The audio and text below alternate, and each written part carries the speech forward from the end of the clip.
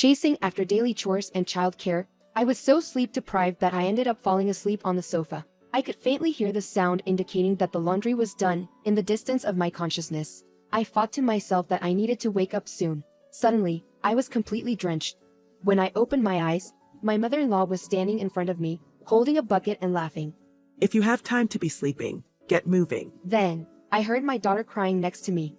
She was only 2 months old. She had also been splashed with the bucket of water. Seeing that, I thought, "You better be ready, mother-in-law." It was the moment I vowed revenge on my mother-in-law, who had misunderstood me as a timid bride. My name is Emily. I gave birth to my daughter just 2 months ago and have been swamped with taking care of her and doing household chores for the first time.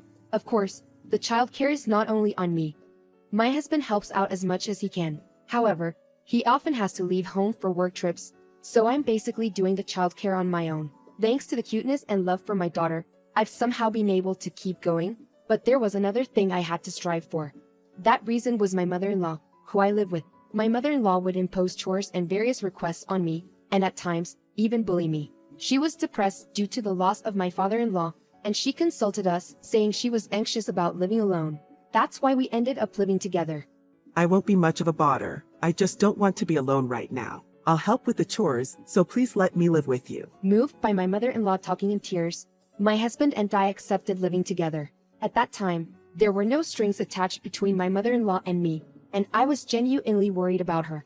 I thought it would be nice if living together could make her feel a bit better. However, gradually her demands became more intense after we started living together. I thought she might be becoming a bit selfish due to the sorrow of losing my father-in-law. Considering the ongoing harassment from my mother-in-law, I guess she simply doesn't like me. She even said she would have preferred a more beautiful and thoughtful daughter-in-law. So, I guess I'm not the ideal daughter-in-law she wanted. But since she is my husband's mother, I want to get along with her as much as possible. So even when she was cold to me at first, and even when she became demanding, I always tried to respond with a smile and comply with her wishes as much as I could. But maybe that was a mistake. I wonder if she recognized me as a daughter-in-law who would just do whatever she said, because her harassment escalated.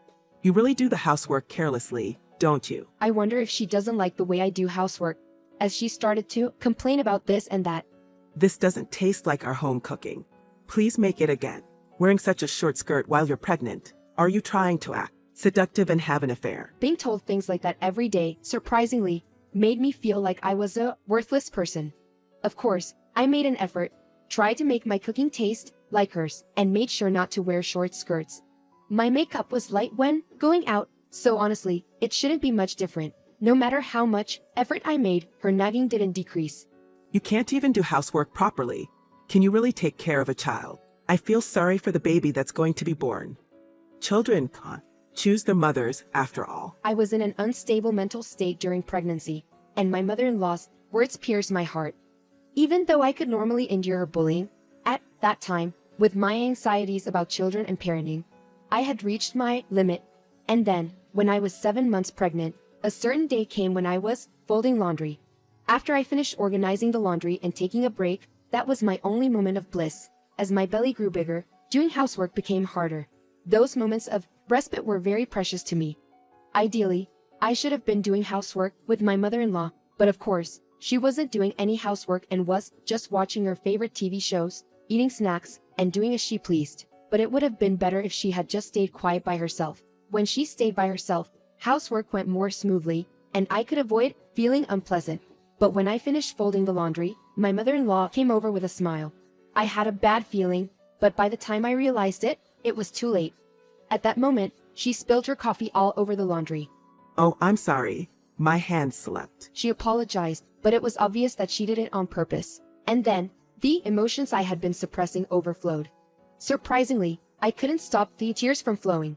Even the mother-in-law, who was in the middle of her bullying, was taken aback. I didn't mean any harm.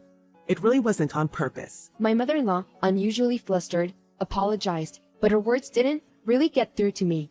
Of course, by the time my husband came home, I had stopped crying, but my eyes were swollen from crying, so my husband was worried something had happened.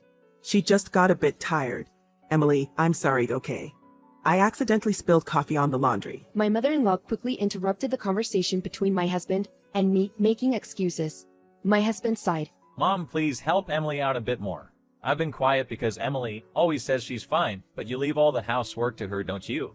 In an attempt to prevent me from saying anything unnecessary, my mother-in-law spoke rapidly by herself.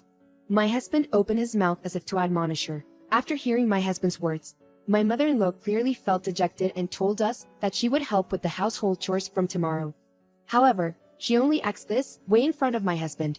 I knew that from the next day onwards, I would still be the one doing all the housework, and my mother-in-law wouldn't help at all. But since that incident, my mother-in-law started interacting less with me. Just not having to hear her sarcastic comments made me feel lighter. Plus, I was planning to give birth in my hometown, so I immediately went back to my parents' house, which eliminated all the stress from my mother-in-law. Of course, as my pregnancy progressed, my belly got bigger. I started to experience tightness, and the swelling was terrible. It was tough. Still, spending time in my long-missed hometown relieved me from various kinds of stress. And there, I safely gave birth to my daughter.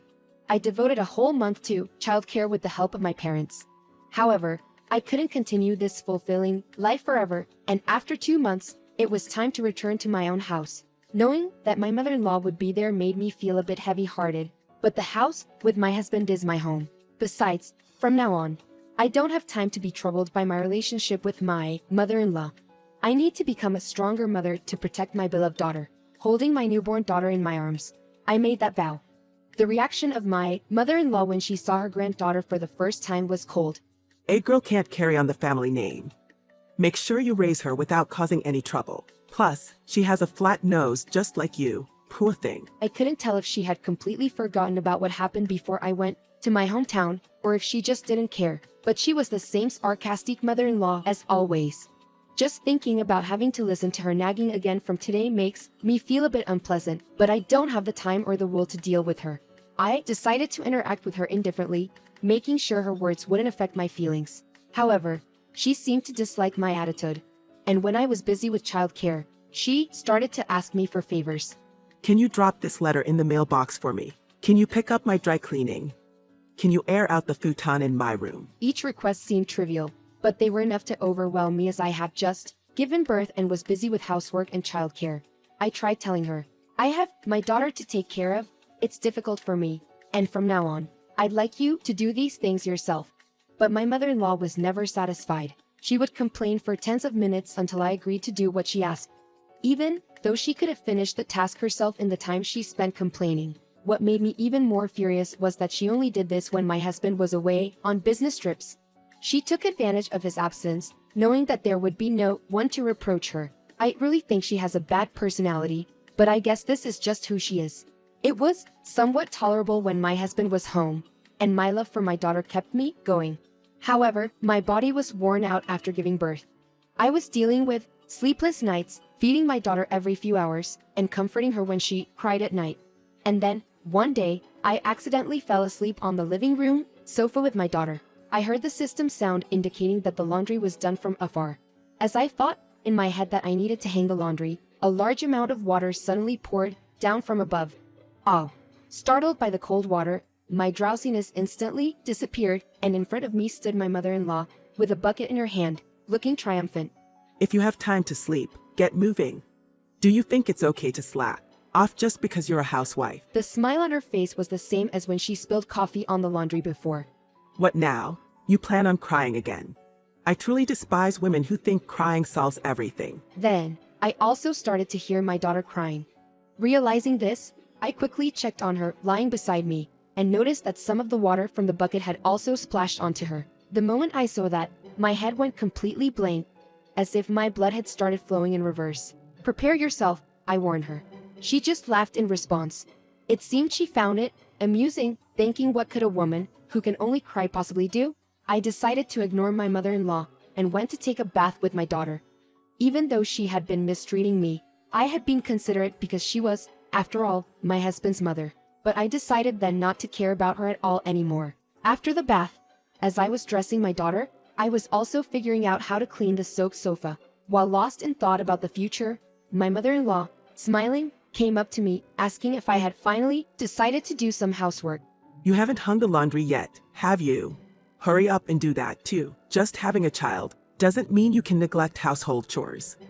You're really failing as a wife. My chatty mother-in-law was getting on my nerves, and I decided it was time to stand up for myself. I threw the rag I was using to clean straight at her face. It hit her squarely, making a wet sound as the water-soaked rag made contact. "Oh, I'm so sorry.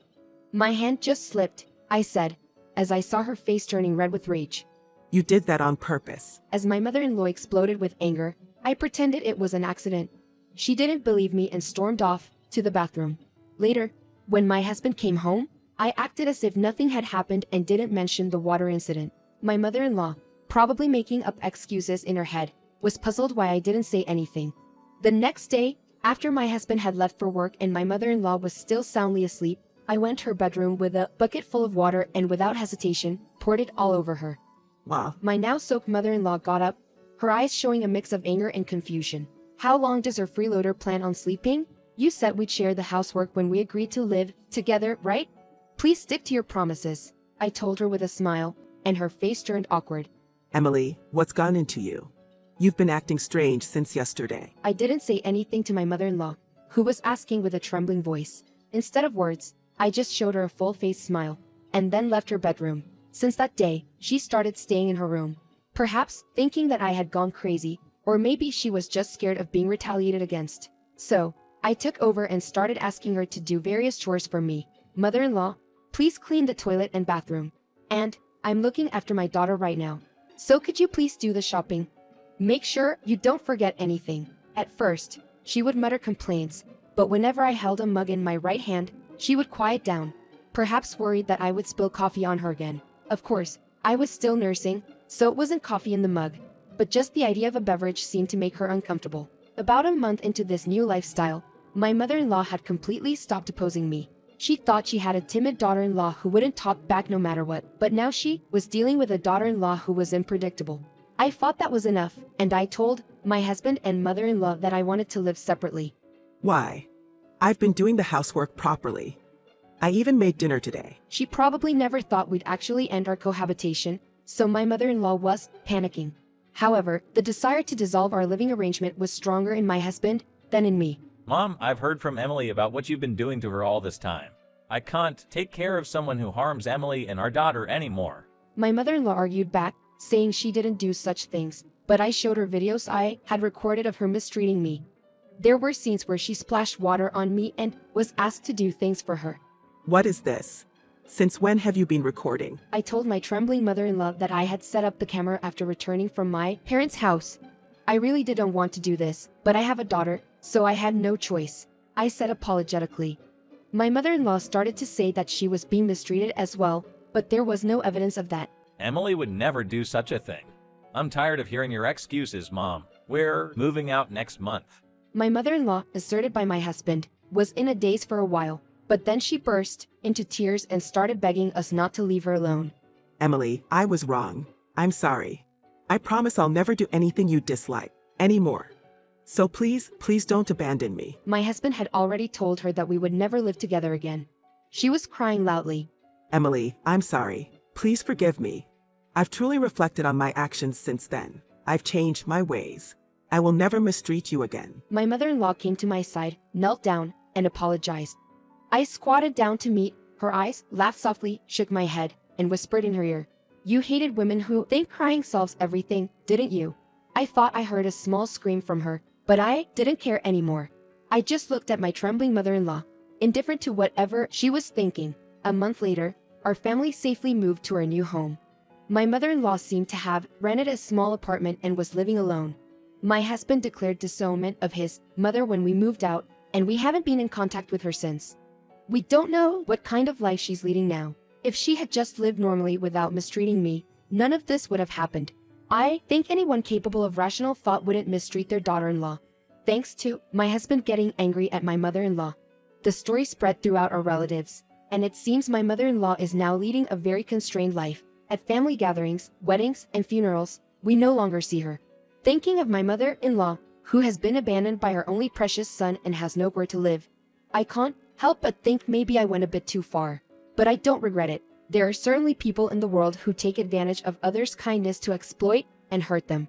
I decided to think of my mother-in-law as one of those people and to use this experience as a lesson for myself, to be careful not to become a spiteful mother-in-law.